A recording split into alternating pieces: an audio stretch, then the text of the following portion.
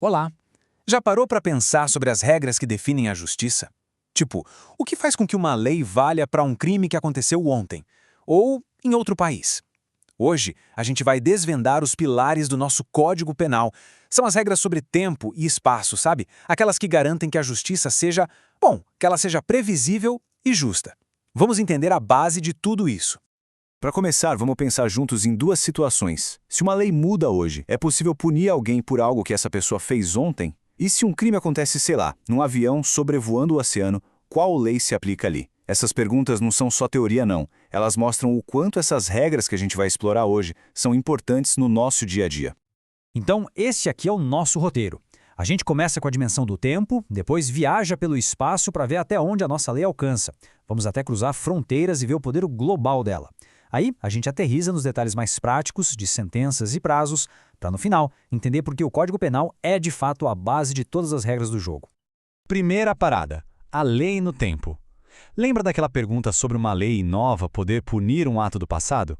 Pois é exatamente isso que a gente vai responder agora. A grande questão aqui é: qual lei estava valendo no momento do crime? A resposta para isso define absolutamente tudo. E a base de tudo está logo no artigo 1º. Não há crime sem lei anterior que o defina. Traduzindo, ninguém pode ser punido por algo que não era proibido por lei quando o ato foi cometido. Simples assim. Isso garante que ninguém seja pego de surpresa por uma mudança nas regras. O nome técnico para isso é princípio da anterioridade. E ele é fundamental porque ele garante que ninguém seja pego no susto, sabe? As regras do jogo precisam estar claras e todo mundo precisa conhecer antes da partida começar. Faz todo sentido, né? Agora, olha só que interessante. E se a lei mudar depois que o crime já aconteceu? Bom, se a lei nova for mais branda, diminuindo a pena ou até deixando de considerar aquilo como crime, ela volta no tempo para beneficiar o réu. Isso vale até para quem já está cumprindo pena. A regra de ouro é essa: a lei só retroage para ajudar, nunca para prejudicar. Mas como quase tudo no direito, tem uma exceção importante: as leis temporárias ou excepcionais. Pensa numa lei criada para uma situação de emergência, tipo uma calamidade pública. Essas leis valem só para os atos cometidos durante a sua vigência. Mesmo depois que a lei perde a validade, quem cometeu o crime naquele período ainda vai responder por ele. E quando exatamente um crime é considerado cometido? O artigo 4º esclarece isso. O que vale é o momento da ação ou da omissão, não importa quando o resultado acontece. Por exemplo, se alguém envia uma carta-bomba hoje e ela só explode na semana que vem, o tempo do crime é hoje, o dia do envio.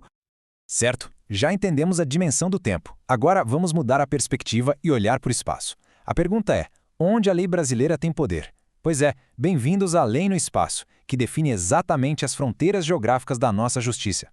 O princípio básico é o da territorialidade. Ou seja, a lei brasileira se aplica a crimes cometidos no território nacional. Mas o conceito de território aqui é bem mais amplo do que a gente imagina.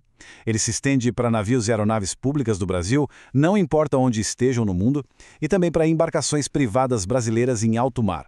É como se fosse um pedacinho do Brasil viajando por aí. Tá, mas e se o crime acontecer inteiramente fora do Brasil? É aí que a gente entra num conceito fascinante: a extraterritorialidade. Em algumas situações bem específicas, a lei brasileira tem sim um alcance global. Vamos ver como isso funciona?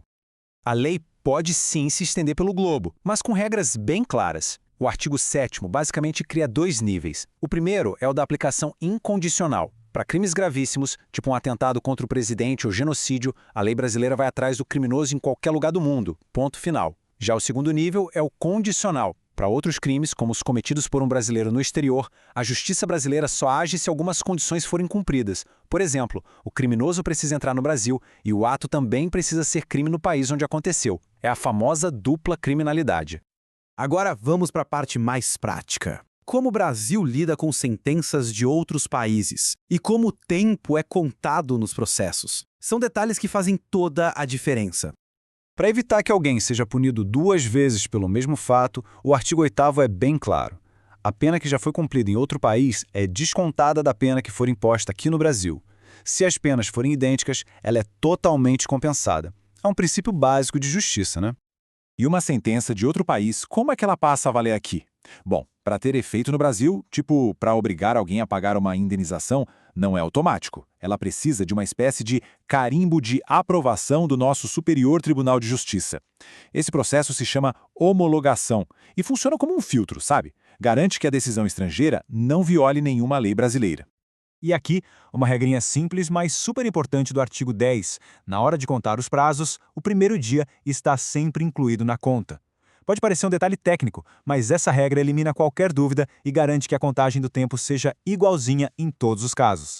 Chegamos na nossa última sessão. E aqui a gente vai entender o papel do Código Penal como a grande base, o alicerce para todas as outras leis criminais que existem. O artigo 12 estabelece o que a gente pode chamar de regra de ouro.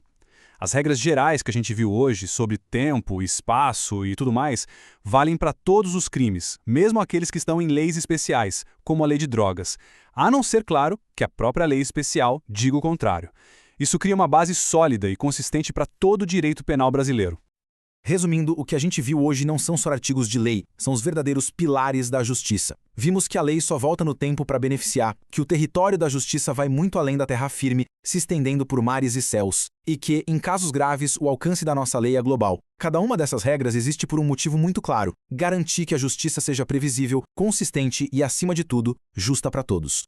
E para a gente terminar, fica uma reflexão. No mundo cada vez mais conectado, com pessoas e informações cruzando fronteiras a todo instante, como é que a gente equilibra o direito soberano de uma nação de julgar seus crimes com essa necessidade cada vez maior de uma justiça global e cooperativa? Fica aí a pergunta para a gente pensar.